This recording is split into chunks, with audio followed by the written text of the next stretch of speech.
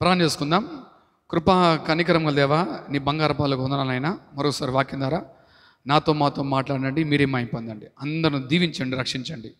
యేసు నామములో అడుగుతున్నాను నా ప్రియ పరలోకపు తండ్రి, ఆమేన్.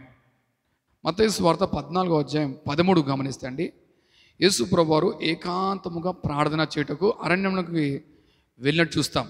అక్కడ జరిగిన సందర్భం ఏంటంటే, అక్కడ బాప్తిజం ఇచ్చే యోహాను చనిపోయిన సంగతి ప్రభువారు తెలిసినప్పుడు ఆ బాధలో ఏం చేస్తారంటే ఏకాంతం ప్రార్థన చేయడం గడుపుటకు అరణ్యంకి వెళ్తారు.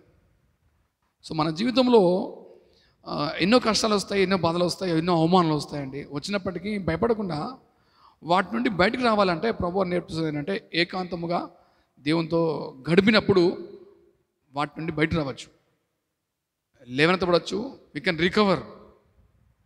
లూకాసు సువార్త 5వ అధ్యాయం 16లో చూస్తే ప్రభువుకు అలవాటు ఏంటంటే ఏకాంతముగా ప్రార్థన చేయటం అలవాటు. చాలా సందర్భాలు చూస్తాం.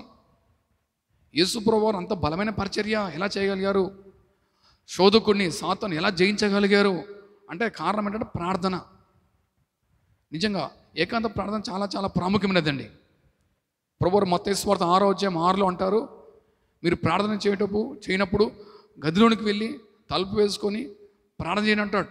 అది మీనింగ్ ఏంటంటే లిటరల్లీ కాకుండా ఎటువంటి డిస్టర్బెన్స్ ఉండకుండా ప్రభుతో గడపాలని. నీ సెల్ ఫోన్ని, నీ ల్యాప్టాప్ని, నీ ట్యాబ్ని, అవన్నిటినీ, టీవీలు అన్నీ చేయాలని స్విచ్ ఆఫ్ మోడ్లో పెట్టాలి. నీ ఫ్రెండ్స్ని, నీ బంధువుల్ని, ఆఖరికి నీ కడుపుని కూడా అన్నిటినీ స్విచ్ ఆఫ్ మోడ్లో, టర్న్ ఆఫ్ మోడ్లో, షట్ డౌన్ మోడ్లో పెట్టినప్పుడు దేవునితో మనం ఏకాంతం గడపచ్చండి. అన్నీ ఆన్ చేసుకున్నప్పుడు ఏదో ఒకటి డిస్టర్బెన్స్ చేస్తూనే ఉంటాయి. సో రహస్యమందున్న దేవుడు మనకి ప్రతిఫలం ఇవ్వాలంటే మనము దేవునితో ఏకాంతం గడపాలండి. ఆయన చూడాలి మన మనసు. ఆయనతో కనెక్ట్ అవ్వాలంటే ఎటువంటి డిస్టర్బెన్స్ ఉండకూడదు.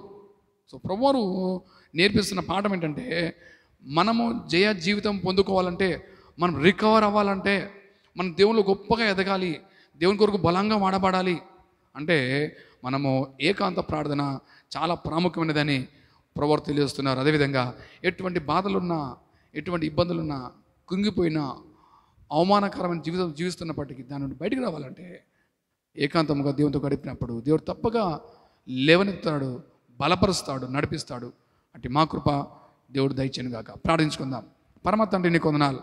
గొప్ప దేవుడు వాక్యం ద్వారా మరోసారి మీరు మాట్లాడిన విధానం బట్టి కొందనాలు తండ్రి. మేమందరము ఏకాంతంగా ప్రార్థన చేస్తూ అయ్యా తండ్రి నీ యొద్ద అయ్యా తండ్రి ప్రభా శక్తి పొందుకుంటూ బలమైన పరిచర్య చేయటకు సాయం చేయి. బాధల్లో, కష్టాలు, ఇబ్బందుల్లో మేము కృంగిపోకుండా నీతో గడిపి తండ్రి బలవంతులము ఉన్నట్లు కృప చూపించండి, సాయం చేయండి. అందరిని దీవించండి, రక్షించండి. యేసు నామములో అడుగుతున్నాను నా ప్రియ పరలోకపు తండ్రి, amen. God bless you all.